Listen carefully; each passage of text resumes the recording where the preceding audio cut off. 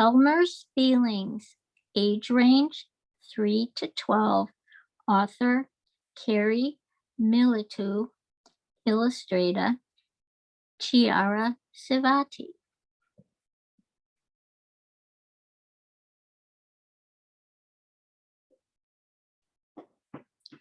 Elmer the elephant was so excited for his first day of school.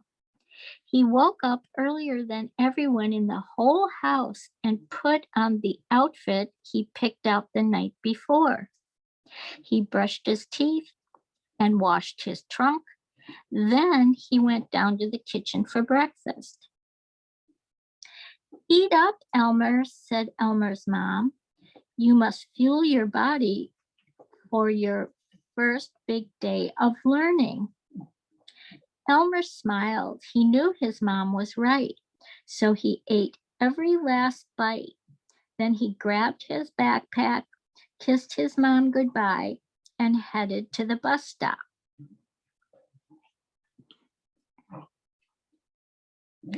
When the bus pulled up and opened its doors, Elmer stepped inside. He walked down the aisle looking for an empty seat. There were so many kids on the bus, and they were making so much noise. It was so loud that Elmer found it hard to concentrate. How was he ever going to find a seat? Elmer began to worry that he might have to stand.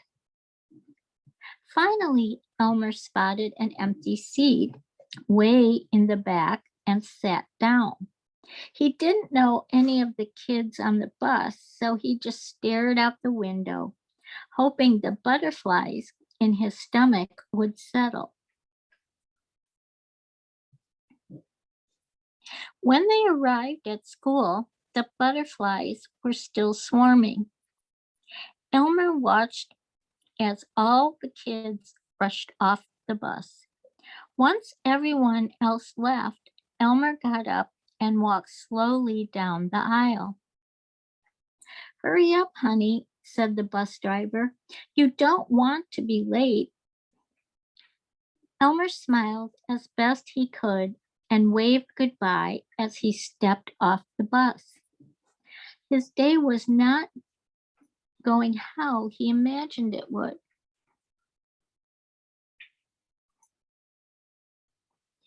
As the day went on, Elmer was less and less excited about school. His teacher was nice, but when she took them out for recess, nobody asked Elmer to play. At lunch, Elmer sat all alone. And worst of all, when Elmer didn't know the answer to a question in class, everyone laughed at him. As the day came to a close, Elmer's head was hanging low. By the time Elmer got home, he was just plain mad. He slammed the door shut behind him and threw his backpack on the floor. He stomped through the kitchen and up the stairs. "Whatever is the matter?" asked his mom. "Nothing," Elmer snapped. You're making an awful racket for nothing being wrong. Do you want to talk about it?" "No," shouted Elmer as he ran past her to his room. Elmer fell onto his bed in a heap. He hid his face as his mom came into the room. "Elmer," she asked, "what happened today at school?" "I don't want to talk about it," said Elmer, holding back tears. "Okay, then I'll just head back down to the kitchen," said his mom. "But Elmer, remember, we're elephants, and elephants never forget." "Never forget what?" asked Elmer. "Never forget that it's okay to feel your feelings, but don't get stuck in them too long. See what each feeling has to tell you and then send it on its way. and now I'll be on my way." "Wait," cried Elmer. "Boys don't get to have feelings, Mom, and we definitely aren't supposed to cry. We're supposed to be tough." "Whoever told you that boys aren't supposed to have feelings?" asked Elmer's mom. Elmer shrugged. "Feelings are helpers, Elmer," she explained. "And if boys weren't supposed to have them, then why do you suppose you do?" Elmer shrugged again.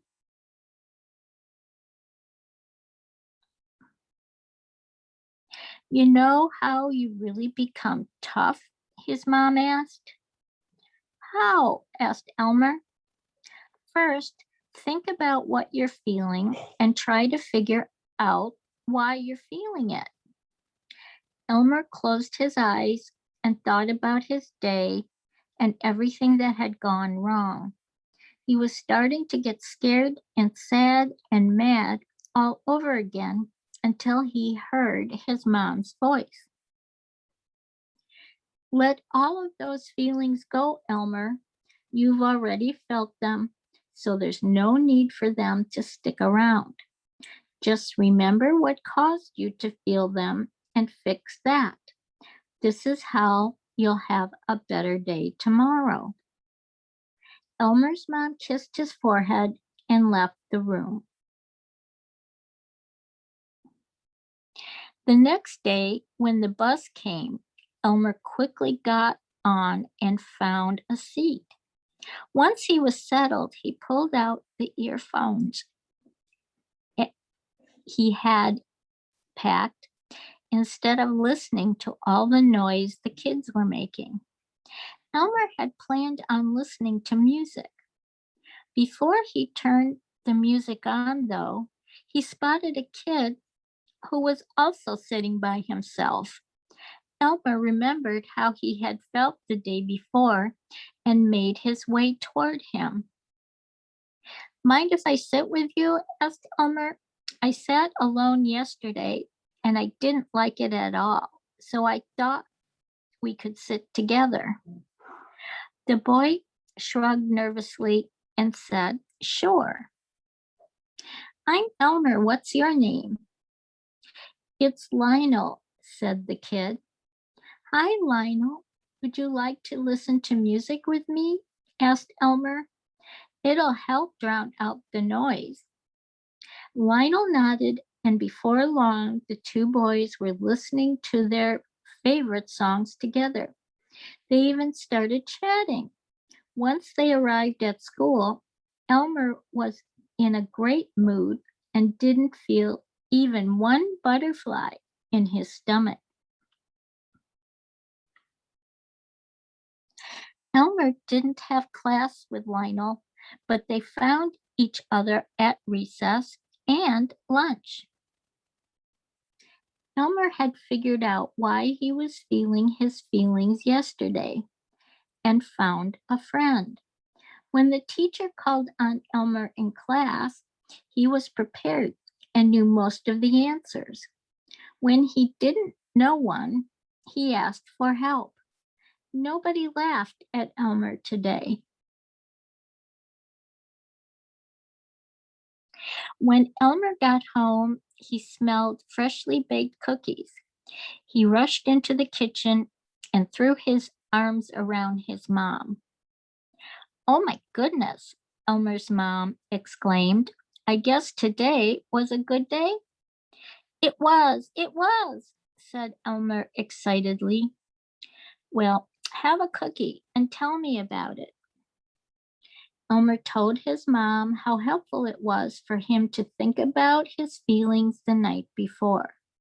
Then he told her how he let those feelings go, just like she had said, and he knew he'd have a better day today. And he did.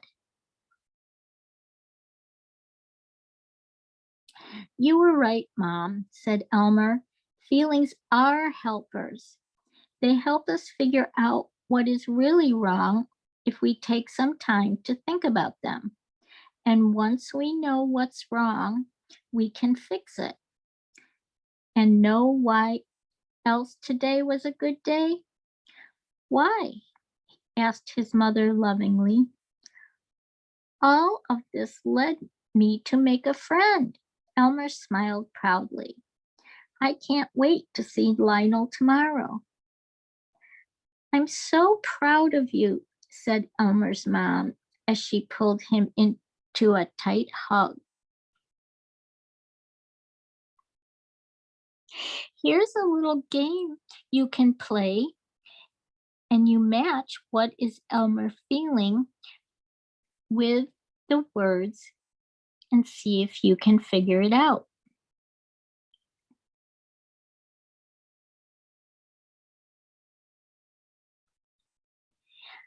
How did Elmer have a better next day? He calmed down after getting so mad.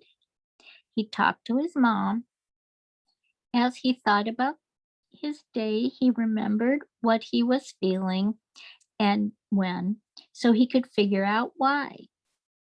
When he was on the bus, he was overwhelmed by the noise and worried about finding a seat. How did he fix that the next day? He brought earphones to make it less noisy and got there early enough to find a seat. He got butterflies when he didn't know any of the kids, so the next day he asked to sit with someone and made a friend. This way he wasn't lonely at recess or lunch. He was hurt when he got laughed at in class, so he prepared the night, and the next day he knew most of the answers. Because Elmer took some time to figure it out, he was excited about his second day and happy when it turned out much better. Elmer's feelings. High five. Guys, high five.